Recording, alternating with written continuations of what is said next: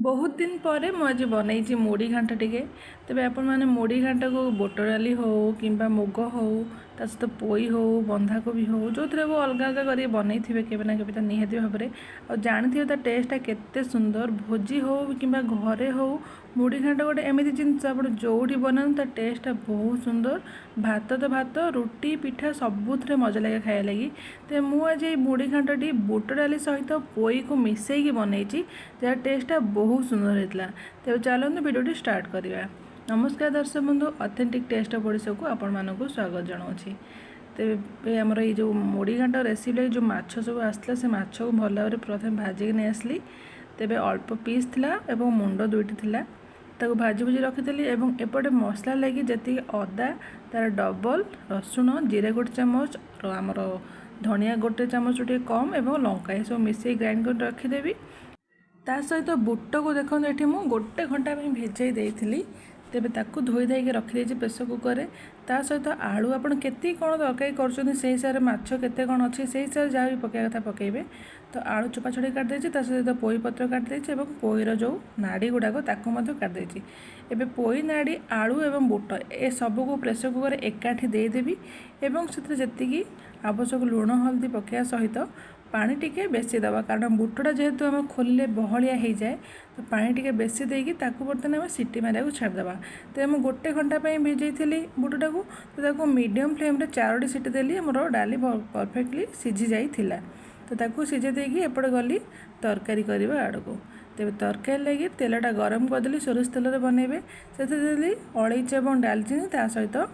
2टी तेजपत्र एवं जीरा गोटे चामच ता सहित पियाज तेज जी रसुण नहीं ता डबल पियाज तेज जी अदा तार डबल रसुण तार डबल पियाज पियाजटी भाजी गला से पकईदेली आम जो मसलाटी ग्राइंड कर रखी से मसलाटी को एवं टमाटो प्यूरी ता सहित मसला को जी आवश्यक से लुण और हल्दी ए सब को गोल देकी कषि ना भलसे तेज लंका गुंड पकईदेची ताकूटे भल भाव कषिदबा। तेज माछर लुण हल्दी पड़ी आमर डाली लुण हल्दी पड़ी से हिसाब से मसलार लुण हल्दी देखिकी पकईदेली एवं लंका गुंड पकई गोटे कषिना बर्तन तो घोड़े कसले जल्दी मसलाटी आम कषि हो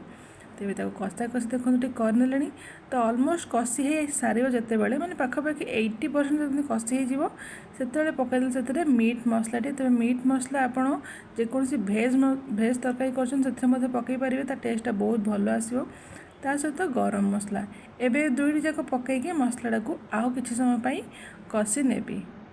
तेज तार फ्लेवरटा टे तरकारी भल भाव में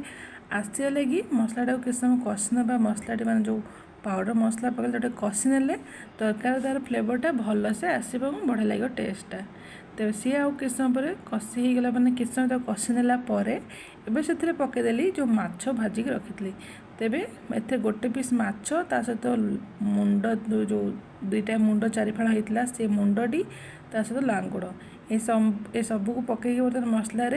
ताकू एमती खड़िका साहाय्य भांगी भांगिकी एमती कषि नवा। तेज आप चाहिए बाहर भांगी पकई पारे तो मुझे बाहर भांगिले डायरेक्ट मसला पकईकि ही खड़िकार दबेकी भांगी नेबी माछर जो मुंड और ता पीस गुड़ाक छोट छोट पीस करनेबी तो ताकू गोड़ा गोड़ी करिकी 2 मिनट मसलार कषि नवा माछटा को से कंचा लंका 4टी पकईदेली 6टी अच्छी सॉरी 6टी कंचा लंका मत पकईदेली ता टेस्टा भल आसे कंचा लंकार जो तरकारी ताको आप खाइला दली दली खाइबे कि कामुड़ी खाइबे मजा लगे खाया लगी तेज ताकू 2 मिनट एपट कषि सारापर से पकईदेली पोई पत्र तो पोई पत्र को मिसई गोली नेबी एवं पोई पत्रटार जो पानी बाहर तो गैस फ्लेमटा को ये हाई रखिए ता सहित पोई पत्रटा सीझा जाए टे अपेक्षा करेंगे तो कलरटा चेंज हो डीप कलर हो पोई पत्र तापर आम जो डाली सीझे रखी से पकड़ा कि से पर्यंत पोई पत्रटा को टे गोड़ा गोली करके सीझे नवा तेज तो मिसई गोलीदेली और घोड़े देकी छाड़देवी टे सीझा लगी तेज सीझीगला देखूँ आप खाली एमती पोई पत्र माछ एमती बनई खाईपारे भल लगे खाइबा तेज ताकू एमती गोड़ी कर सारी कषा कषि कर सारी पोई पत्रटा सीझी सारी एवं से डाली पकड़ा तो डालीटा देखते केते बढ़िया भाव सीझी जाइए गोटा गोटा अच्छी कि पूरा सीझी जाए तो ताकू से ढाल देवी ଏବଂ ତା ସହିତ ପ୍ରେସର କୁକରଟାକୁ ବିଛୁଳି ଦେଇକି ହାଲକା ପାଣି ଟିକେ ଦେଇଦେବା। ତା ସହିତ ବୁଟ ଡାଲିଟା ଆମର କିଛି ସମୟ ରହିଗଲା ପରେ ତରକାରୀଟା ହେଇସାରିକି ସେ ଆହୁରି ବହଳିଆ ହେଇଯାଏ, ତ ତାକୁ ସେଇ ହିସାବରେ ଦେଖିକି ପାଣି ଟିକେ ଦେବେ, ଯେମିତି ସେଇଟା କିଛି ସମୟ ରହିଲା ପରେ ବି ବେଶୀ ବହଳିଆ ହେବନି। ତାକୁ ସବୁ ଦେଇସାରିଲା ପରେ ଆଉ ଥରେ ମିଶାଇକି ଗୋଳେଇ ନେବି। ତେବେ ସବୁଥିରେ ଲୁଣ ଅଲଗା ଅଲଗା ହେଇକି ପକା ହେଇଥିଲା, ତ ଲୁଣର ଟେଷ୍ଟଟା ପୁରା ପରଫେକ୍ଟ ଥିଲା, ଆଉ ଲୁଣର ଆବଶ୍ୟକ ପଡ଼ିଲାନି। ଏବେ ତାକୁ ଗୋଳେଇ ଦେଇକି ଟିକେ ଫୁଟିବା ପାଇଁ ଛାଡ଼ିଦେବି। ଦେଖନ୍ତୁ ହାଲକା ଫୁଟି ଆସିଲାଣି ଏବଂ ତରକାରୀର ଟେକ୍ସଚରଟା ଦେଖନ୍ତୁ, ନା ତ ବେଶୀ ବହଳିଆ ନା ବେଶୀ ପତଳା। ଏବେ ତରକାରୀଟା ଏମିତି ଗୋଳାଗୋଳି କରିସାରିଲା ପରେ କିଛି ଧଣିଆ ପତ୍ର ମଧ୍ୟ କାଟିକି ରଖିଥିଲି, ସେଇଟାକୁ ସେଥିରେ ପକାଇଦେବି, କାରଣ ଏଠି ତରକାରୀଟା ମୋର ଅଲମୋଷ୍ଟ ହେଇଗଲାଣି, ଆଉ ଫୁଟେଇବା ଆବଶ୍ୟକତା ନାହିଁ। ଯେତେ ସମୟ ଫୁଟିବା କଥା ଫୁଟିଗଲାଣି। ଏବେ ସେ ଧଣିଆ ପତ୍ର ପକାଇ ଦେଇକି ତାକୁ ଆଉ ଥରେ ଗୋଳାଗୋଳି ଟିକେ କରିଦେଇକି ତରକାରୀଟାକୁ ଗରମ ଗରମ ଯିଏ ବି ଖାଇବେ ତାଙ୍କୁ ଭାତରେ ଖାଆନ୍ତୁ, ରୁଟିରେ ଖାଆନ୍ତୁ, ଯେଉଁଥିରେ ବି ଖାଇବେ ସେଥିରେ ଆପଣ ତାଙ୍କୁ ଦେଇପାରିବେ ଆରାମସେ। ତେବେ ଆପଣ ଯଦି ଖାଲି ପୋଇରେ କିମ୍ବା ଖାଲି ବୁଟରେ ବନ୍ଧାକୋବି ଯେଉଁଥିରେ ବନେଇଛନ୍ତି ଜାଣିଥିବେ ମଜା। ତେବେ ଥରେ ଯଦି ଟ୍ରାଏ କରିନାହାନ୍ତି ତାହେଲେ କରନ୍ତୁ। ବୁଟ ସହିତ ପୋଇକୁ ମିକ୍ସ କରିକି ତା'ର ପୋଇ ଛେଞ୍ଚଟା ମଧ୍ୟ ମାଛ ମୁଣ୍ଡ ଛେଞ୍ଚଟା ମଧ୍ୟ ବହୁତ ବଢ଼ିଆ ହେଇଥାଏ ଖାଇବାକୁ, ମାନେ ବଢ଼ିଆ ମଜା ଲାଗେ ଖାଇବାକୁ। ତେବେ ପ୍ରସ୍ତୁତ ହେଇଗଲା ଆମର ଏଇ ମାଛ ମୁଣ୍ଡ ଏବଂ ପୋଇର ଛେଞ୍ଚଡ଼ା, ବୁଟ ଡାଲିର ଛେଞ୍ଚଡ଼ାଟା ହେଇଗଲା, ବା ଯେଉଁ ମୁଢ଼ି ଘାଣ୍ଟ ହେଇଗଲା। ପୁରା ଭୋଜି ଭଳି ବନିଛି ତରକାରୀଟା। ଭୋଜିରେ କେବଳ ଗୋଟେ ଜିନିଷ ହୁଏ, ବହୁତ ସାରା ଲଙ୍କାଗୁଣ୍ଡ ପକାଇ ପୁରା ଲାଲ କରିଦିଅନ୍ତି। ତେବେ ଆଶା କରୁଛି ଆପଣମାନଙ୍କୁ ମୋର ଯେଉଁ ସିମ୍ପଲ୍ ଏବଂ ବହୁତ ଇଜି ଆମର ଏଇ ମାଛ ମୁଣ୍ଡ ଯେଉଁ ତା'ର ଛେଞ୍ଚଡ଼ା ବା ମୁଢ଼ି ଘାଣ୍ଟ ଭଲ ଲାଗିଥିବ ବୋଲି।